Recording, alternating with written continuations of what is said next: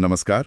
आज हम मणिपुर में मई 2023 से जो जातीय संकट चल रहा है उस पर बात कर रहे हैं और खास तौर पर केंद्र सरकार की इसमें क्या भूमिका रही है इस पर भी। हमारे पास मणिपुर संकट केंद्र की चुप्पी शीर्षक वाले लेख के कुछ अंश है जी। तो चलिए इस काफी गंभीर और उलझी हुई स्थिति को समझने की कोशिश करते हैं। ये सब आखिर शुरू कैसे हुआ? देखिए, जो दस्तावेज है हमारे पास वो बताते हैं कि मुख्य तनाव तो इम्फाल घाटी के मेइतेई समुदाय और पहाड़ी इलाकों की कुकी-जोमी जनजातियों के बीच का है, लेकिन फौरी वजह जो बनी वो हाईकोर्ट का एक निर्देश था। हाईकोर्ट का निर्देश? जी किस बारे में?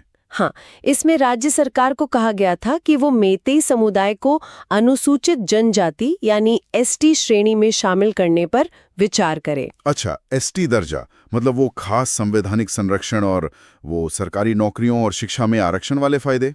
हाँ, बिल्कुल वही। ये तो पहाड़ी जनजातियों के पास पहले से है ना? जी हाँ, उनके पास ही पहले से है और इसी सुझाव के बाद कुकी समुदाय में काफी चिंता बढ़ गई। चिंता किस बात की? उन्हें लगा कि अगर मेइतेई समुदाय को भी एसटी दर्जा मिल गया तो पहाड़ी इलाकों की जमीनों और संसाधनों पर मतलब उनका अधिकार कमजोर पड़ जाएगा। इसी डर के चलते उन्होंने फिर विरोध प्रदर्शन शुरू किए। अच्छा। और लेख के मुताबिक 3 मई 2023 को एक शांतिपूर्ण रैली निकाली गई थी, लेकिन वो देखते देखते पूरे राज्य में फैल गई, हिंसक झड़पों में बदल गई। और इस हिंसा का असर कितना भयानक रहा? आंकड़े क्या बताते हैं स्रोत? असर तो वाकई विनाशकारी रहा है। लेख में जो तथ्य दिए हैं उनके हिसाब से 200 से ज्यादा जानें गईं। 200 से ज्यादा? हाँ, और इनमें महिलाएं और बच्चे भी शामिल थे। 60,000 से ज्यादा लोग सोचिए अपने घर छोड़ने को मजबूर हुए। 60,000? बहुत बड़ा आंकड़ा है ये। जी, बहुत बड़ा। हजारों घर, दुकानें और यहाँ तक कि पूजा स्थल भी जला दिए गए। मतलब एक तरह से समुदायों के बीच बहुत गहरी खाई बन गई। और इस सब के दौरान मतलब संपर्क और सूचना का क्या हाल था? हमने सुना है कि इंटरनेट भी बंद था काफी समय तक। हाँ, और ये बहुत ही गंभीर बात है। लेख बताता है कि 6 महीने से भी ज्यादा वक्त तक इंटरनेट बंद रखा गया। 6 महीने? हाँ, आजाद भारत के इतिहास की शायद सबसे लंबी इंटरनेट पाबंदियों में से एक। अब सोचिए, इसका मतलब क्या है? लोग न तो कोई इमरजेंसी मदद मांग सकते थे, न सही जानकारी उन तक पहुंच रही थी और ना ही वो अपनी बात अपनी आप बीती दुनिया तक पहुंचा पा रहे थे। सही बात है। और इसी दौरान वो महिलाओं के साथ यौन हिंसा की जो दिल दहला देने वाली घटनाएं हुईं, उनका पता भी दुनिया को महीनों बाद चला। ये कहीं ना कहीं कानून व्यवस्था के पूरी तरह चरमरा जाने का संकेत देता है। इतने बड़े पैमाने पर हिंसा और विस्थापन, जाहिर है केंद्र सरकार की प्रतिक्रिया पर सबकी नजरें टिकी होंगी। लेख इस बारे में क्या कहता है? केंद्र की भूमिका पर सवाल उठाए गए हैं क्या? बिल्कुल।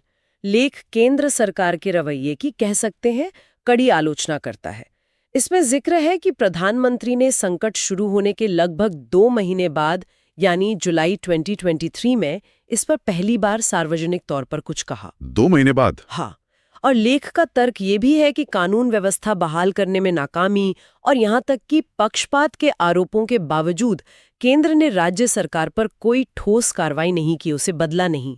तो लेख के मुताबिक ये देरी और ये जो कथित निष्क्रियता है, ये सिर्फ कोई प्रशासनिक चूक नहीं थी, इसका कोई गहरा मतलब निकाला गया है? नहीं, लेख इसे कहीं ज्यादा गंभीर मानता है।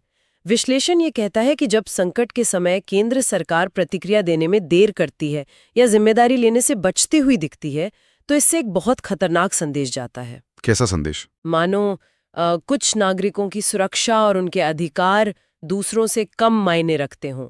ये न सिर्फ न्याय मिलने में देरी का कारण बनता है, बल्कि लोकतंत्र और नागरिकों के सरकार पर भरोसे को भी आप समझ सकते हैं कमजोर करता है। लेख इस चुप्पी को तटस्थता नहीं मानता, बल्कि संकट को बढ़ने देने में एक तरह की मौन सहमति के रूप में देखता है। तो क्या ये मामला सिर्फ 2 समुदायों के बीच जमीन या आरक्षण का झगड़ा है, जैसा कि अक्सर बताया जाता है, या इसके पीछे और भी गहरे कारण हैं?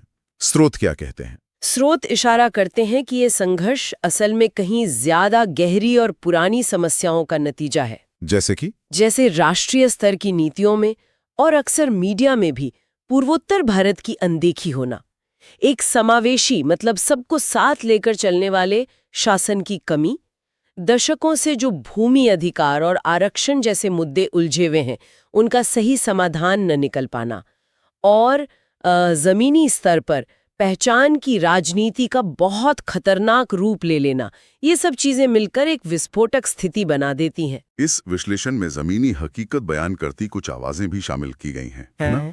क्या कहती हैं वो आवाजें? हाँ, और वो बहुत मार्मिक हैं, दिल को छूने वाली। जैसे एक जनजातीय छात्र का ये कहना, हम पाकिस्तान या चीन से नहीं हैं, हम मणिपुर से हैं, हम भी भारतीय हैं। या फिर एक विस्थापित लड़की का दर्द कि उसके पास न तो कोई सुरक्षा है, न संपर्क का कोई साधन, सिवाय खामोशी के। ये आवाजें संकट की जो मानवीय त्रासदी है, उसको सीधे सामने लाती हैं। तो कुल मिलाकर देखें, ये दस्तावेज मणिपुर संकट को एक बेहद जटिल मुद्दे के तौर पर पेश करते हैं। इसके तार इतिहास, राजनीति और सामाजिक ताने बाने से बहुत गहरे जुड़े हैं, और ये केंद्र सरकार की प्रतिक्रिया को अपर्याप्त और चिंताजनक मानता है। बिल्कुल। लेख इस बात पर जोर देता है कि मणिपुर की जो स्थिति है, वो असल में भारत की एकता, इसके संघीय ढांचे, मतलब केंद्र और राज्यों के आपसी रिश्ते, और जो हमारे बुनियादी मानवीय मूल्य हैं, उनकी एक बहुत कड़ी परीक्षा है। सही। विश्लेषण का निष्कर्ष यही है कि जब देश का कोई भी हिस्सा इतने बड़े संकट से गुजर रहा हो, तो केंद्र की प्रतिक्रिया तेज होनी चाहिए, निष्पक्ष होनी चाहिए और असरदार होनी चाहिए। चुप्पी कोई विकल्प नहीं हो सकती। स्रोत तो यही कहता है। और लेख के आखिर में एक सवाल भी छोड़ा गया है सोचने के लिए, है ना? जी हाँ। अगर आज मणिपुर की अनदेखी हो सकती है, तो कल किसकी बारी होगी? ये सवाल स्रोत के अनुसार सिर्फ मणिपुर के लिए नहीं, बल्कि पूरे देश के लिए विचारणीय